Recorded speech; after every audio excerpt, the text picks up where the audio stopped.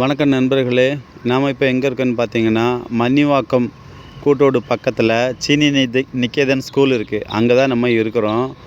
அங்கே வந்து ஒரு இடம், நல்ல இடம் வந்திருக்கு. 23க்கு 55 ஸ்கொயர் பீஸு.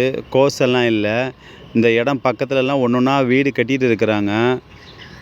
சிஎம்டிஏ அப்ரூவ்டு, லோனுக்கு எலிஜிபிள் இருக்குது.